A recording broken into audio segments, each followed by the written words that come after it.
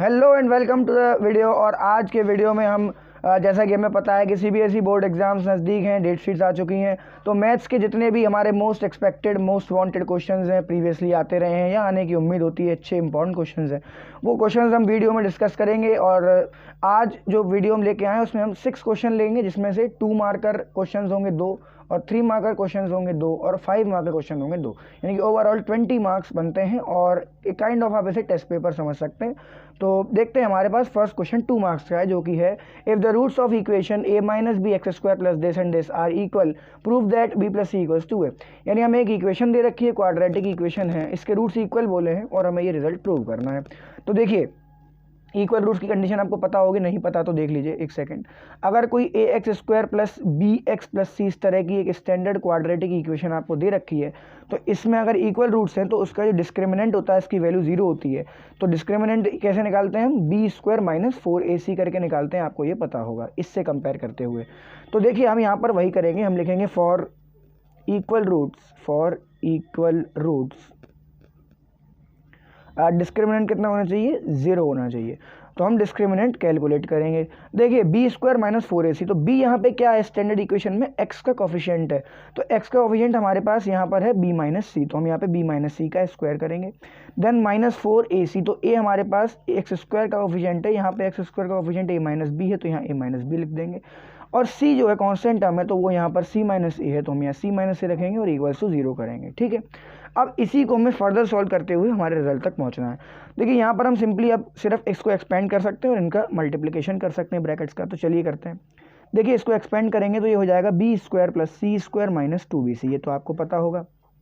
Minus, पहले मैं इन दोनों ब्रैकेट्स का इंटू कर लेता हूँ, फिर 4 का इंटू करेंगे। तो this will be A C minus A square minus B C and plus A B. ठीक है, इक्वल 0। अब इस 4 का भी अंदर मल्टीप्लाई कर लेते हैं, तो B square plus C square minus 2bc minus 4ac and plus 4a square, this will be plus 4bc and this will be minus 4ab and this is equals to 0। तो अब हमें यहाँ पर देखो, आपने बचपन में आइडेंटिटी एक पढ़ी होगी, 9th क्लास में आई गेस आपने पढ़ी होगी कि A square plus B square plus C square and plus 2ab plus 2bc plus 2c, ये जो आइडेंटिटी होती है, ये क्या होता है? ये होता है a प्लस बी प्लस सी का होल स्क्वायर। ठीक है, तो वो यहाँ पर बनाने की हम ट्राई करते हैं। ये आइडेंटिटी कुछ ऐसी दिख रही है, तो देखो इनको अरेंज करते हैं। पहले स्क्वायर वाले टर्म लिखते हैं, तो पहले हमारे पास 4a स्क्वायर है, पहले इसको लिख लेते हैं, फिर हमारे पास में बी स्क्वायर है, फिर हमारे पास में सी स्क्वायर है। इसके बाद देखिए, यहाँ पे माइनस 4ab है, तो माइनस 4ab लिख देंगे। कुछ लाइक टर्म्स भी हैं, जैसे 4bc प्लस है और माइनस 2bc है, तो प्लस का 2bc बचेगा। और एक हमारे पास में ये माइनस 4ac है, तो इसको भी लिख लेते हैं and this is equals to 0।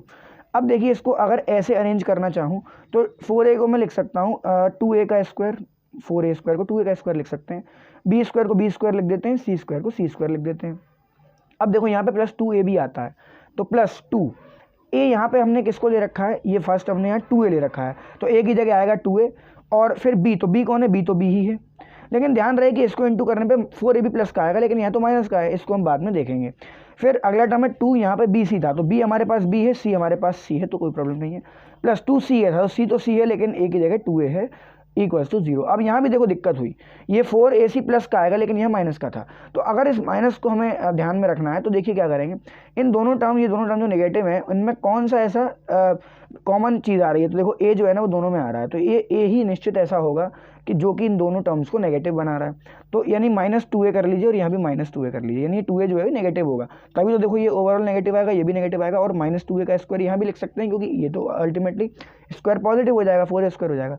तो इसको हटाइए, यहाँ से कर रहे हैं दोबारा, तो इसको अगर इससे कंपेयर करें तो फॉर्मूला बनता है minus 2a plus B plus C whole square equals 0, और स्क्वायर रूट आप इधर ले लेंगे तो ये 0 हो जाएगा, तो minus 2a plus B plus C equal 0, और यहाँ पे 2a को राइट साइड ट्रांसपोज कर देंगे फाइनली, तो हमारे पास b plus C equals 2a, और यही रिजल्ट हमें प्रूव करना था, तो ये प्रूव हमने कर दिया। चलते हैं हमारे नेक्स्ट क्वेश्चन की तरफ। देखिए, हमारे पास जो नेक्स्ट क्वेश्चन है उसमें हमें बोला है find the value of m so that the quadratic equation this has equal roots. तो यही इसमें बोला है कि m की वैल्यू फाइंड करनी है, जिसके लिए ये क्वाड्रेटिक इक्वेशन के इक्वल रूट्स होंगे। तो इक्वल रूट्स की कंडीशन हमें पिछले क्वेश्चन में लिखी कि d 0 होता है, वही यहाँ भी अप्लाई करेंगे। लेकिन उससे पहले जब हम d कैलकुलेट कर रहे होंगे तो हमें जो अपनी इक्वेशन है उसे स्टैंडर्ड इक्वेशन से कंपेयर करके डिस्क्रिमिनेंट निकालना होता है, जो कि यहाँ स्टैंडर्ड इक्वेशन अभी नहीं है। तो पहले इसको हम स्टैंडर्ड इक्वेशन जैसा बना लेते हैं। तो उसके लिए सिंपली हम इनका इनटू कर लेंगे, मल्टीप्लाई कर लेंगे। तो ये हो जाएगा mx स्क्वायर प्लस कितना सॉरी माइनस 7m एंड कितना plus 49 minus 7mx plus 49 equals 0। अब ये जो इक्वेशन है ये हमारी स्टैंडर्ड इक्वेशन जैसी दिखाई दे रही है। तो अब हम इसमें जो है इजीली डिस्क्रिमिनेंट की वैल्यू 0 कर सकते हैं। तो लिखेंगे for equal roots discriminant equal 0। तो डिस्क्रिमिनेंट कैलकुलेट करेंगे तो बी स्क्वायर माइनस 4ac होता है। तो बी जो है एक्स का कोफिशिएंट है, तो एक्स का कोफिशिएंट हमारे पास माइनस 7m है, तो माइनस 7m का स्क्वायर करेंगे। माइनस 4 इंटू ए कितना है, एक्स स्क्वायर का कोफिशिएंट होता है स्टैंडर्ड इक्वेशन में, यहाँ पर वो m है तो m लिख देंगे। And c is constant term जो कि 49 है, तो 49 लिख देंगे इक्वल्स टू 0। तो देखिए यहाँ से हमारे पास इसको सॉल्व करके हमें m की वैल्यू निकालनी है। तो ये कितना हो जाएगा, ये हो जाएगा 49m square and this will be minus 4m into 49। मैं इसका मल्टीप्लाई नहीं कर रहा हूँ क्योंकि नेक्स्ट स्टेप में हमें दिख रहा है कि 49 यहाँ से कॉमन आ रहा। तो 49 कॉमन ले लेंगे आप, तो यहाँ पे m स्क्वायर बचेगा और यहाँ पर माइनस 4m बचेगा एंड इक्वल्स टू 0। अब देखिए 49 तो 0 में अपॉन कर दूँ तो 0 हो जाएगा, तो कितना बचेगा m square minus 4m equals 0 हो जाएगा। ठीक है, अब देखो क्या है कि सिंपली अब तो इसमें यहाँ पर बड़ा इजी है, आप यहाँ पर जब m कॉमन ले लेंगे तो यहाँ पे बचेगा m माइनस 4 इक्वल्स 0। तो देखिए हमारे पास दो वैल्यूज़ आएंगी, या तो देखिए इन दोनों का प्रोडक्ट अगर 0 आ रहा है तो यहाँ पे हम लिख देंगे कि इधर m should be equals to 0 और m minus 4 should be equals to 0। तो यहाँ से तो m इक्वल टू 4 हो जाएगा, यहाँ से m इक्वल टू 0। अब देखिए वैसे तो दो आंसर आ रहे हैं पर m इक्वल टू 0 हमें नहीं लेना चाहिए, क्योंकि अगर m 0 हो जाएगा तो ज़रा इस इक्वेशन में m 0 लगाएंगे तो ये एक्स स्क्वायर वाला टर्म पूरा 0 हो जाएगा। अगर ये एक्स स्क्वायर वाला टर्म ही 0 हो जाएगा तो फिर तो ये क्वाड्रेटिक इक्वेशन ही नहीं रही। तो जब क्वाड्रेटिक इक्वेशन ही नहीं रहेगी तो फिर इसका कोई मतलब नहीं है, इसलिए हम इस वैल्यू को रिजेक्ट करेंगे, ये वैल्यू हमें नहीं लेना चाहिए। ठीक है, m equal to 4 is the right answer for this question. ठीक है, चलते हैं नेक्स्ट क्वेश्चन की तरफ। देखिए हमारे पास जो नेक्स्ट क्वेश्चन है 3 मार्कर क्वेश्चन है। इसमें बोला है सॉल्व बाय फैक्टराइजेशन और एक हमें क्वाड्रेटिक इक्वेशन दी है जिसको हमें फैक्टराइजेशन से सॉल्व करना है। तो एक बहुत बढ़िया क्वेश्चन है और देखिए वैसे तो आप इसे क्वाड्रेटिक फॉर्मूला से भी सॉल्व करने को कर सकते हैं, पर वो एक अच्छी अप्रोच नहीं होगी क्योंकि उसमें बहुत ज़्यादा कैलकुलेशंस करनी होंगी। हमारे पास फैक्टराइजेशन एक अच्छी अप्रोच है लेकिन उसमें थोड़ा सा हमें दिमाग लगाना पड़ेगा, वो हम देखते हैं क्या करते हैं। देखिए हमारे पास अगर कोई भी क्वाड्रेटिक इक्वेशन होती है तो उसको फैक्टराइजेशन से करने का जो हमारे पास प्रोसेस होता है मिडिल टर्म स्प्लिट करने का, वो एग्जैक्टली वही हमें यहाँ भी करना है। तो पहले हम क्या करते हैं, एक्स स्क्वायर के कोफिशिएंट को इस कांस्टेंट टर्म के संग मल्टीप्लाई करते हैं। तो आप जब इसमें मल्टीप्लाई करेंगे तो ये कितना आएगा, ये आएगा 9 into 2a square plus 5ab plus 2b square. ठीक है, अब ये जो आया है इसके हमें फैक्टर करने हैं, इसको फैक्टराइज करके हमें यहाँ पर ये साइन चेक करना है, ये प्लस का साइन है तो हमें ऐसे फैक्टर्स करने हैं कि ऐड करने पे हमारा वो टर्म आ जाए जो x के संग लिखा हुआ है। ठीक है, वो वाला कोफिशिएंट x का आ जाए जो कि यहाँ लिखा हुआ है ऐड करने पे।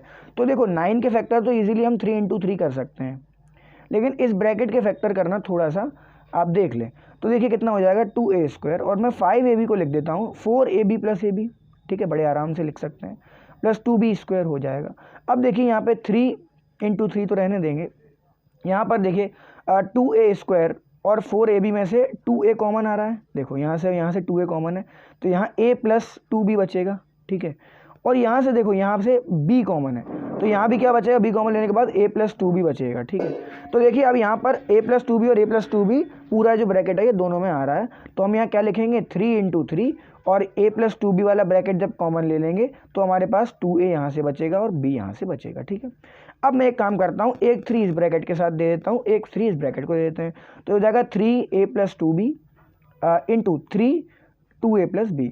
अब हमने इनके इस चीज़ के फैक्टर कर लिए हैं और इनको हम ये चेक कर लेते हैं कि क्या इनको ऐड करके अब यही आता है। तो देखिए इनको ऐड कर लेते हैं, तो ऐड करेंगे तो कितना हो जाएगा, ये 3a plus 6b and this will be plus 6a plus 3b। तो आप देखेंगे तो ये हो जाएगा 9a प्लस 9b। ठीक है, तो इसका मतलब 9 कॉमन लेने पे a प्लस b, यानी कि जो ये x के संग यहाँ पर ये चीज़ लिखी है ये हमें यहाँ पर दिखाई दे रही है ऐड करने पे, तो हमारे फैक्टर सही हैं। यानी कि हम इस चीज़ को जो बीच में x के साथ लिखी है इसको रिप्लेस कर सकते हैं इससे। तो ज़रा करते हैं 9x स्क्वायर माइनस, अब ये 9a प्लस बी की जगह हम क्या लिखेंगे, हम लिखेंगे 3a plus 2b and plus 3 2a plus B, ठीक है, ऐसा हमने यहाँ पे लिख दिया। और प्लस देखिए यहाँ पर जो ये लिखा है ना बड़ा सा, इसको भी कंप्रेस करके एक्सप्रेशन लिखें फैक्टराइज करके, ताकि बाद में कॉमन लेने में आसानी होगी। तो a प्लस 2b और 2a प्लस बी यही फैक्टर्स आए थे हमारे, तो इसको हम ऐसे ही लिख देंगे। यहाँ पे हमने यही वाले फैक्टर्स निकाले ना इसके। हाँ, तो अब देखिए अब क्या करेंगे, यहाँ पे x भी है, ओके। तो अब देखिए यहाँ पे कितना हो जाएगा 9x² और माइनस का अंदर इंटू करूँगा तो माइनस का 3a प्लस 2b और यहाँ से ये x आ जाएगा, माइनस का 3 2a प्लस b और यहाँ से ये x आ जाएगा, plus a plus 2b and plus into 2a plus b, ये इक्वल्स टू 0। अब बड़ा इजी है, देखिए इन दोनों में से आपको दिख रहा होगा 3x कॉमन है, तो 3x कॉमन ले लें। तो यहाँ से रह जाएगा कितना 3x और यहाँ से कितना बचेगा, x और 3 तो गया, तो माइनस a प्लस 2b बचा, माइनस इन दोनों में से भी अब देखें क्या कॉमन आएगा। तो इन दोनों में से मैं माइनस का ये ब्रैकेट कॉमन ले रहा हूँ 2a प्लस बी वाला, ठीक है, माइनस का 2a प्लस बी वाला ब्रैकेट कॉमन लिया, तो यहाँ से 3x बचेगा और यहाँ माइनस कॉमन लिया तो यहाँ प्लस था तो यहाँ माइनस करना पड़ेगा, और यहाँ से ये वाला ब्रैकेट बचेगा यानी कि a प्लस 2b बचेगा एंड इक्वल्स टू 0। अब ये दोनों बड़े ब्रैकेट आप देखें तो एक सेम है, तो इनको मैं कॉमन ले सकता हूँ। तो 3x minus a plus 2b ये ब्रैकेट हमने कॉमन लिया, और दूसरा यहाँ से क्या बचेगा, यहाँ से 3x बचेगा, यहाँ से माइनस 2a प्लस b बचेगा। तो बस यहाँ से हमें क्लियरली दिख रहा है कि दो ब्रैकेट्स का प्रोडक्ट 0 है, तो हम लिखेंगे either this bracket should be equal to 0, यानी कि ये वाला जो ब्रैकेट है ये 0 होना चाहिए, या फिर और 3x minus 2a plus B equal 0, ये वाला ब्रैकेट 0 होना चाहिए। तो यहाँ से जो x की वैल्यू है ये आएगी a प्लस 2b अपॉन 3, ठीक है, और यहाँ से जो x की वैल्यू है ये आएगी 2a प्लस बी अपॉन 3। तो ये क्वेश्चन यहाँ खत्म होता है, x की वैल्यू हमने यहाँ निकाल दी है। चलिए देखते हैं नेक्स्ट क्वेश्चन क्या है। देखिए नेक्स्ट क्वेश्चन हमारे पास जो है ये हमारे पास में 5 मार्कर क्वेश्चन है।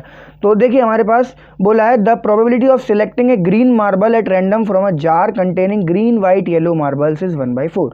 यानी हमारे पास एक जार है जिसमें ग्रीन वाइट और येलो मार्बल्स हैं, उनमें से हमें एक ग्रीन मार्बल सेलेक्ट करने के बाद जो प्रोबेबिलिटी उसकी आएगी वो हमें दे रखी 1/4। तो हम इसको जरा नोट डाउन कर लेते हैं।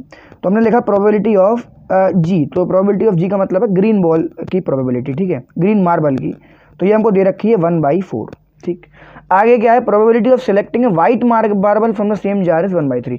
इसी जार में से वाइट मार्बल को सेलेक्ट करने की प्रोबेबिलिटी 1/3 है, मतलब प्रोबेबिलिटी ऑफ वाइट मार्बल लिख देते हैं 1/3।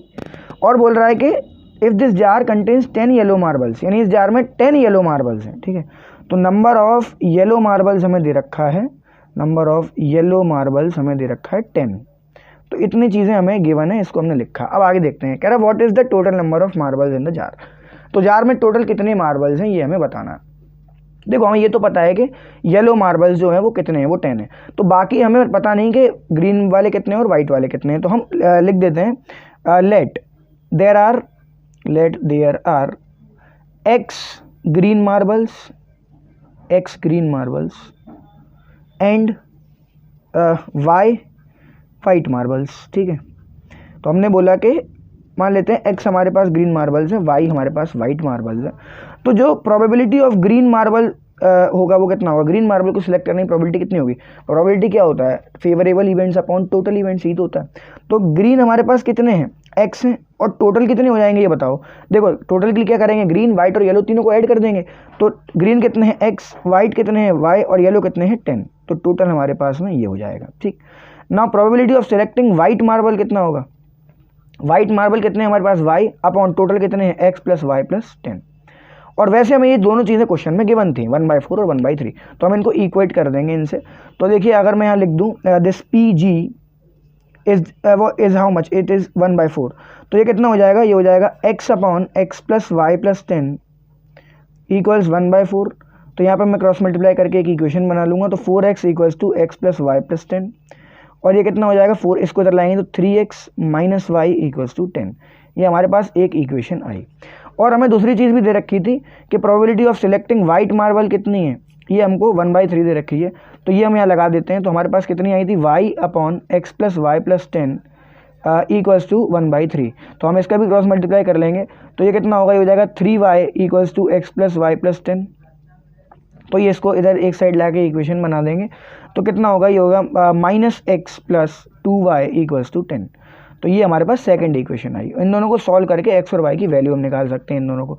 देखिए एलिमिनेशन से सॉल्व करना इजी है, आप इसमें एक काम करें, इस इक्वेशन को 2 से मल्टीप्लाई कर दें फर्स्ट को। तो मैं 2 से मल्टीप्लाई करके लिख रहा हूँ, तो ये हो जाएगी 6x minus 2y equals to 20, और इसको एज इट इज लिख देंगे तो minus X plus 2y equals to 10। तो जब इन्हें ऐड करेंगे तो ये कैंसिल हो जाएंगे, ये बचेगा 5x और ये हो जाएगा 30।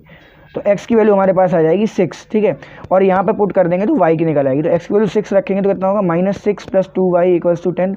तो यहाँ से हो जाएगा 2y इक्वल्स टू कितना 16, तो y इक्वल्स टू 8। तो हमारे पास x और y की वैल्यू आ गई। मतलब हमें पता चल गया x क्या था, x था नंबर ऑफ ग्रीन जार और y क्या था, नंबर ऑफ वाइट मार्बल्स, ठीक है। तो अगर टोटल नंबर ऑफ मार्बल्स चाहिए हमें, टोटल नंबर ऑफ मार्बल जो हमसे पूछा गया है, तो वो क्या होगा, वो होगा x तो हमारे ग्रीन वाले मार्बल, y हमारे वाइट वाले मार्बल, और येलो हमें दिए थे 10 थे। तो x कितना आया 6 आया, y कितना आया 8 आया, ये आया 10। तो टोटल करने पे कितना हो गया 16 एंड 8 24। तो हमारे पास टोटल नंबर ऑफ मार्बल हो गए 24। तो ये क्वेश्चन यहाँ पे खत्म होता है। चलते हैं नेक्स्ट क्वेश्चन की तरफ। नेक्स्ट क्वेश्चन देखिए 3 मार्क्स का है, प्रोबेबिलिटी से है। What is the probability that a leap year has 53 Sundays and 53 Mondays. तो ये देखिए बढ़िया सवाल है। इसमें बोला है कि प्रोबेबिलिटी बताओ कि लीप ईयर में 53 संडेज हो और 53 मंडेज हो। तो देखिए हमें ये पता होना चाहिए कि लीप ईयर में 366 डेज होते हैं, है ना। तो हम ये देखते हैं कि कितने उसमें से कंप्लीट वीक्स हो जाएंगे। अगर मैं ये चेक करना चाहता हूँ तो एक वीक में 7 डेज होते हैं, तो मैं 7 से अगर डिवाइड कर दूँ 366 को, ठीक है, तो कितना हो जाएगा ये 7 5 ज़ा 35 एंड 7 2 ज़ा 14। सो 2 हमारे पास रिमाइंडर बच रहा और ये 52 आ रहा। तो इसका मतलब ये है कि 52 तो कंप्लीट वीक्स होंगे लीप ईयर में, और ये जो 2 बच रहा है इसका मतलब रिमाइंडर जो 2 है, इसका मतलब ये है कि 2 डेज हमारे पास एक्स्ट्रा बचेंगे 52 वीक्स होने के बाद। तो अब ये वही बोल रहा है, तो देखो 52 वीक्स में 52 बार संडे भी आ चुका होगा और 52 बार मंडे भी आ चुका होगा, ठीक है। लेकिन ये बोल रहा है कि 53 संडेज होने चाहिए और 53 मंडेज होने चाहिए। मतलब ये जो एक एक्स्ट्रा मंडे और एक एक्स्ट्रा संडे आ रहा है, ये वही होगा जो 2 दिन एक्स्ट्रा हमारे पास बचते हैं, वो क्या होने चाहिए, वो संडे और मंडे ही होने चाहिए, ऐसा हमें बोला है। इसकी प्रोबेबिलिटी पूछी है। तो प्रोबेबिलिटी का फॉर्मूला क्या है, favourable events upon total events. तो देखिए टोटल केसेस क्या क्या हो सकते हैं, टोटल केसेस क्या क्या हो सकते हैं।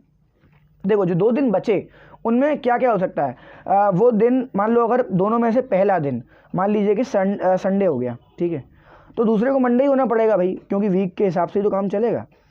अगर मान लीजिए पहला वाला दिन मंडे हो गया तो दूसरे वाले को ट्यूसडे होना पड़ेगा। अगर पहला दिन ट्यूसडे हो गया तो नेक्स्ट वाले को वेडनेसडे होना पड़ेगा। अगर पहला वेडनेसडे हो गया तो नेक्स्ट वाले को थर्सडे होना पड़ेगा। अगर पहला थर्सडे हो गया तो नेक्स्ट वाले को फ्राइडे होना पड़ेगा। और अगर पहला फ्राइडे हो गया तो नेक्स्ट वाले को सैटरडे होना पड़ेगा। और फाइनली अगर ये सैटरडे हो गया पहला तो नेक्स्ट वाले को संडे होना पड़ेगा। और वापस से अब तो वही रिपीटेशन आ जाएगा। तो ये ही केस बन सकते हैं 1 2 3 4 5 6 7। तो 7 पॉसिबिलिटीज़ हमारे पास हैं। और इनमें ये वाला वो वाला केस कौन सा है जिसमें संडे और मंडे ही आ जाए वो एक्स्ट्रा दिन में, ये वाला देखो यही तो है, पहला संडे दूसरा मंडे, केवल यही केस है और तो किसी में संडे मंडे नहीं आ रहे। इसका मतलब जो प्रोबेबिलिटी हो जाएगी, प्रोबेबिलिटी रिक्वायर्ड प्रोबेबिलिटी जो है, रिक्वायर्ड प्रोबेबिलिटी जो है ये हमारे पास हो जाएगी 1/7, क्योंकि 1 फेवरेबल केस है एंड 7 इज टोटल केस। तो वैसे तो ये क्वेश्चन ईजी है, पर इसमें ये जो कॉन्सेप्ट था ये मुझे बताना था। आप लैंग्वेज वाइज पूरा लिख सकते हैं, मैं खाली बताना था मुझे, तो इसलिए मैंने ऐसे किया है। चलिए देखते हैं हमारा लास्ट क्वेश्चन जो कि 5 मार्कर होने वाला है वो क्या है। देखिए लास्ट क्वेश्चन हमारे पास जो है ये 4 या 5 मार्क्स में पूछा जा सकता है, क्वाड्रेटिक इक्वेशन से ही है। कह रहा sum of areas of 2 squares is 544 metre square if the difference of their perimeters is 32 metre, find the sides of 2 square. यानी 2 स्क्वायर्स है, उनका एरियाज का सम दे रखा है और उनके पेरीमीटर्स का डिफरेंस दे रखा है। तो हम ऐसा करते हैं कि उनकी साइड्स पता करनी है, तो उनकी साइड्स को हम कुछ अज्यूम कर लेते हैं। लेट्स से कि वो साइड्स एक्स और वाई हैं, ठीक है। तो late sides of squares be x meters and y meter, ठीक है। तो हमने ऐसे दोनों स्क्वायर्स की साइड्स को मान लिया। तो अब ये बताओ कि एरिया ऑफ स्क्वायर क्या होता है, साइड स्क्वायर होता है ना। तो मैं एरिया ऑफ फर्स्ट स्क्वायर लिख रहा हूँ, एरिया ऑफ फर्स्ट स्क्वायर। तो कितना हो जाएगा, फर्स्ट स्क्वायर की साइड आपने x मानी है तो इसका एरिया x स्क्वायर हो जाएगा। Similarly area of second square कितना हो जाएगा, एरिया ऑफ सेकंड स्क्वायर जो है ये कितना हो जाएगा, ये हो जाएगा y मानिए सेकंड स्क्वायर की साइड तो y स्क्वायर हो जाएगा। ठीक है, हमको इसमें ये बोला था कि इन दोनों का एरिया का सम हमें कितना दिया 544, तो इसका एरिया x स्क्वायर इसका y स्क्वायर दोनों का सम 544 हमने कर दिया। तो ये तो हमारा फर्स्ट इक्वेशन आया। अब देखिए दोनों के डिफरेंस दिया है पेरीमीटर्स का, तो हम लिखेंगे पेरीमीटर ऑफ फर्स्ट स्क्वायर कितना हो जाएगा, पेरीमीटर ऑफ फर्स्ट स्क्वायर। तो पेरीमीटर ऑफ स्क्वायर आपको पता होना चाहिए 4 इंटू साइड होता, तो 4 इंटू साइड पहले वाले की x मानी तो 4x हो जाएगा। सिमिलरली जो पेरीमीटर होगा सेकंड स्क्वायर का वो कितना होगा वो भी लिख देते हैं। सेकंड स्क्वायर का पेरीमीटर की साइड आपने सेकंड स्क्वायर की साइड आपने y मानी है तो 4y हो जाएगा। तो इन दोनों का डिफरेंस दिया यानी कि 4x माइनस 4y इक्वल्स कितना दिया है 32 दिया है। तो आप यहाँ से 4 कॉमन ले सकते हैं तो x minus y equals to 8 बचेगा। 4 कॉमन लेके दोनों साइड से कैंसिल कर देंगे तो यही बचेगा। अब ये दो इक्वेशंस हैं और दो वेरिएबल हैं तो हम सॉल्व कर सकते हैं इजीली। यहाँ से आप एक काम करिए x की वैल्यू निकाल लीजिए तो 8 प्लस वाई आएगा और इस वैल्यू को फर्स्ट इक्वेशन में सब्सटीट्यूट कर दीजिए तो यहाँ पे कितना हो जाएगा X square plus sorry X नहीं, एक्स की जगह तो हम 8 प्लस वाई लिखेंगे। 8 प्लस वाई का square plus Y square equals to 44। ठीक है, तो यहाँ पे हम इनको अगर ओपन करें तो ये आएगा 64 plus Y square plus 16y, भाई ए प्लस बी का होल स्क्वायर से ओपन किया, plus Y square equals to 554। यहाँ से वाई स्क्वायर कितना हो जाएगा 2y स्क्वायर। ठीक है, और प्लस 16y एंड कितना 64 और माइनस हो जाएगा ये आके 64 में से ये माइनस हो जाएगा तो माइनस का कितना बचेगा। आप लोग 554 में से 64 सब्ट्रैक्ट कर लें तो ये बचेगा कितना 480 है ना। तो 480 इज इक्वल्स टू 0। यहाँ से आप देख सकते हैं पूरे में से 2 कॉमन आ रहा है तो 2 कॉमन लेके आप इसको 0 में भेज देंगे तो Y square plus 8y minus कितना 240 इक्वल्स टू 0 ये आया। तो ये हमारे पास y में क्वाड्रेटिक इक्वेशन इसको सॉल्व करना है तो फैक्टराइज करेंगे 240 के फैक्टर्स करने सब्ट्रैक्ट करके 8 आ जाए इस तरह से। ठीक है, तो 240 के इस तरह के फैक्टर करने हैं तो देखिए 240 के फैक्टर क्या क्या हो जाएंगे 24 इंटू 10 तो 10 हो जाएगा 2 इंटू 5 और 24 कितना हो जाएगा दिस इज 2 2 2 एंड 3 है ना, यही तो हो जाएगा। तो ये फैक्टर्स हो गए, इनको अरेंज करना है सब्ट्रैक्ट करके 8 लाना। ठीक है, तो देखते हैं कि कैसे हो सकता है। तो 10 20 एंड 12 20 एंड 12 सो या तो 20 एंड 12 हो गए हमारे पास। ठीक है, देखिए ये 5 4 20 एंड 2 4 3 12। तो हम यहाँ पे लिख देंगे वाई स्क्वायर प्लस 8 की जगह क्या लिखेंगे 8 की जगह हम लिखेंगे 20y minus 12y minus 240 is equals to 0।